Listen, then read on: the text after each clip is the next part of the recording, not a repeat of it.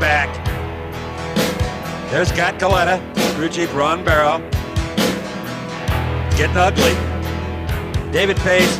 Well, Connie Coletta's not watching. He's going to show the team what they did wrong. Look, you do it like this.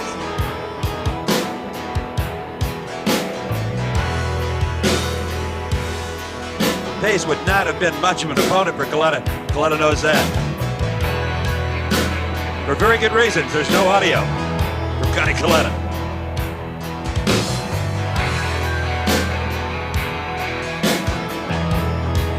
Many memorable things. I mean, I've been going to Indy since 1962, I believe, was the first year that I raced at Indy. This goes back a long way. There's a lot of memorable times, a lot of good events, a lot of good racing. A lot of that good racing involved Connie Coletta and Shirley Muldowney. Talk about emotions, talk about a bitter rivalry. There was none better than Shirley and Connie at their best. And that, of course, was in the late 70s and early 80s. I raced a couple weeks ago and I gave her 2 driving lessons, 2 of them, one right after the other. In his wildest dreams. Connie says a lot of things. It's who goes over the finish line. As far as where I sit, that's what's most important, and it takes more than just a driver to pull that out. It takes a team. And, you know, when there's somebody over in that lane that you really want to dust off, that really has got it coming, you know, you just hope and pray that your guys did their job right, because they're the ones that pull it out for you. And they did their job right. These two met up in 1982, the Top Fuel final. It was just what you would expect from 2 former teammates on the track and roommates off. This was more than just a car race. Now, Shirley had had a rather trouble-free U.S. Nationals. Connie, on the other hand, had blown up everything in his trailer, and his crew was out scavenging parts just to try to make the final round. Appear he did. This was one the fans in attendance won't soon forget. Connie's pre-race thoughts? All right, lane choice isn't going to be that big a factor, is it? I don't think so. The driving is, though. Oh, yeah. Anytime you and this lady meet, it's a bit of a war. Yes, it is. It's going to be a hell of a good drag race. You take great pride in trying to leave on her. I wouldn't do that. Ladies before gentlemen, isn't it? Never let it be said that Connie Coletta let a chance go by to throw a little dart at Shirley Muldowney. But the dart was thrown right back in his face in the race, as Shirley in 1982 took home the title. It's nice to be able to sit here and talk about winning that race. I consider myself extremely fortunate. You know, and that luck did not enter into winning the race. I still consider myself lucky to have won it. That is the one to win. I guess it's nice to be able to say you've done it. Getting so close to winning Indy and never winning it, you know, I can remember my mom had a bottle of champagne, and she said, "We're going to drink that when you win Indy." And I think she drank it without me. It sounded like. Rivalries thrived at Indianapolis Raceway Park, and none were better than those in the Pro Stock category. And it was everybody trying to beat the hometown hero, Bob Glidden. It is close to home. We don't have to stay in a hotel or motel. But on the other hand, when you race close to home, you have a lot of other deterrences. Everyone in the Indianapolis and Whiteland area thinks I own the racetrack and comes to me to get free tickets. In 1981, the final pitted Lee Shepard in the Chevrolet against the Ford of Bob Glidden. Bob had won this race in 1973, 74, 78, and 79. But in 1981, Chevrolet prevailed. Glidden fell back early in the race and could not challenge Lee Shepard and the Rarin Morrison team. Well, we just had a little longer staging session than normal, and I went ahead and staged first, and Bob pulled in, and he was a little late, looked like. Yeah, I think he had a quicker lap start. Yeah, he usually does. The rivalry got more intense, if that's even possible, in 1983. Another big staging battle, and you thought that was only a product of the 90s. Forget about it. Staging battles have been going on since drag racing began. And look who wore the big #1 as Winston champion. Lee Shepherd. Oh, they just sat there. And sat there. Look at the crowd in the background. Nobody moving. Not the cars, not the people. The starter's getting involved here. Buster Couch. He said, come on, guys. Shepherd broke first.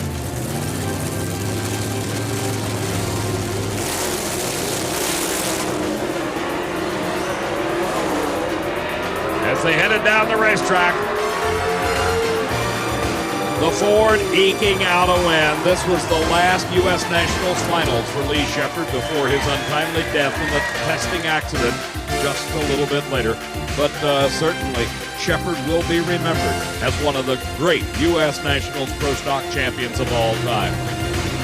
You know, a lot of fans, I think, have this image in their head of Warren Johnson as being this cold, calculated, introverted engineer type. I can tell you I've never seen a driver any more excited in my life than WJ was Indy 84. Johnson at the wheel of the Oldsmobile Cutlass was against Bob Glidden, the hometown boy. Lost it. In '84, that was special because that was my first Indy. It was Bob Glidden that I raced there. With beating Bob at any time is special. If you're going to win a race, no matter how important any other race is, you have to win Indy. Otherwise, to win a championship without winning Indy is really almost like a hollow championship. The battles continued. Warren Johnson and Bob Glidden.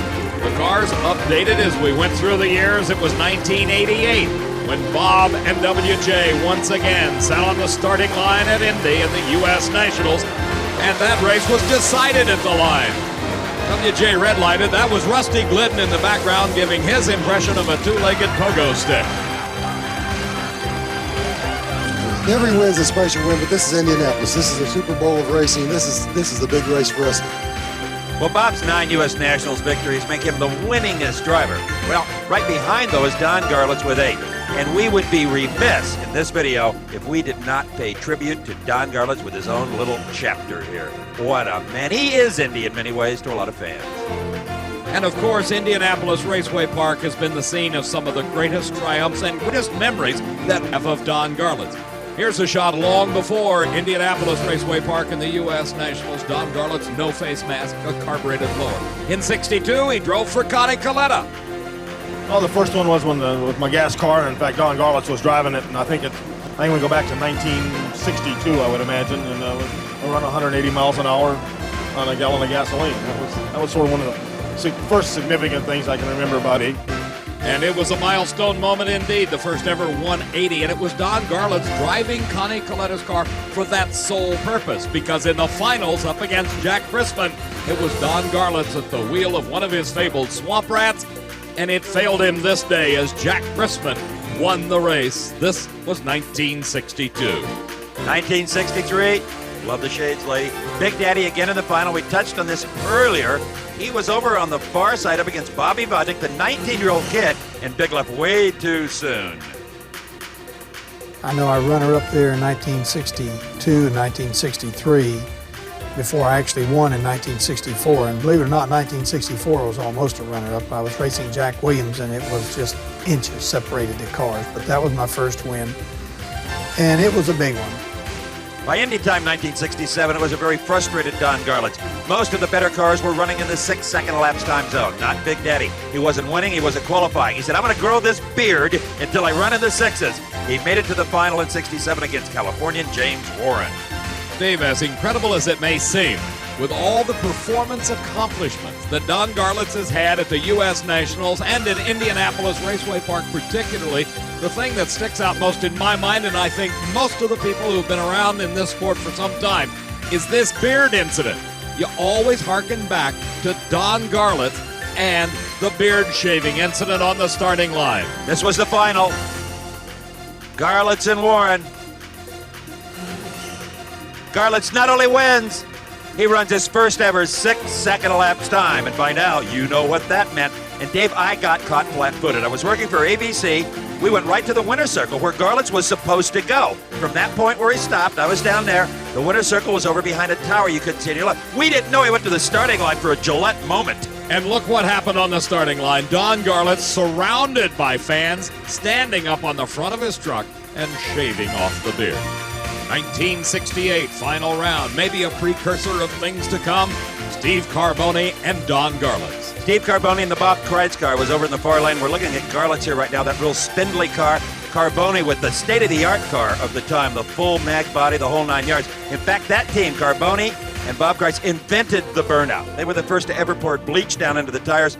It was called the bleach box for a long, long time. But this here, it was experience on Garlits' side. As good as Carboni was, he maybe wasn't quite ready for the master.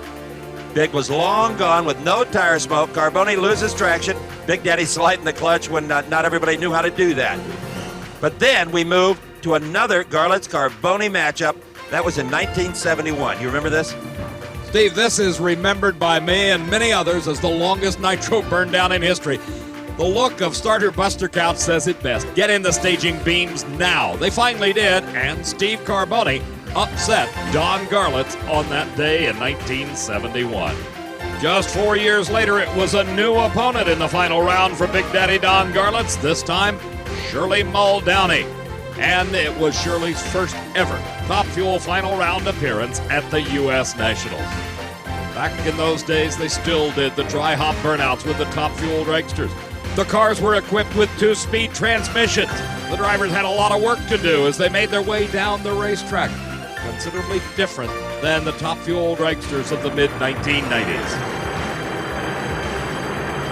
As everyone at Indianapolis Raceway Park watched on, Shirley hazed the tires off the starting line, fell behind, and Don Garlits defeated Shirley Muldowney in her first ever appearance in a Top Fuel final at the US Nationals. Little did anyone know at that time what that race would start, that rivalry between Don and Shirley.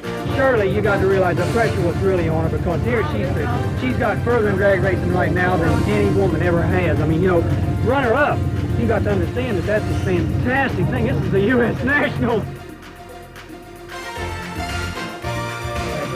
Oh man, this was on in the US Nationals. He almost seemed proud of Shirley that day. Well, in 1978, Garlits again in the Top Fuel final up against Rob Bruins in Argane's Markley car from Federal Way, Washington. Bruin was to become an NHRA Top Fuel champion, the only one who ever did it without ever winning a single race.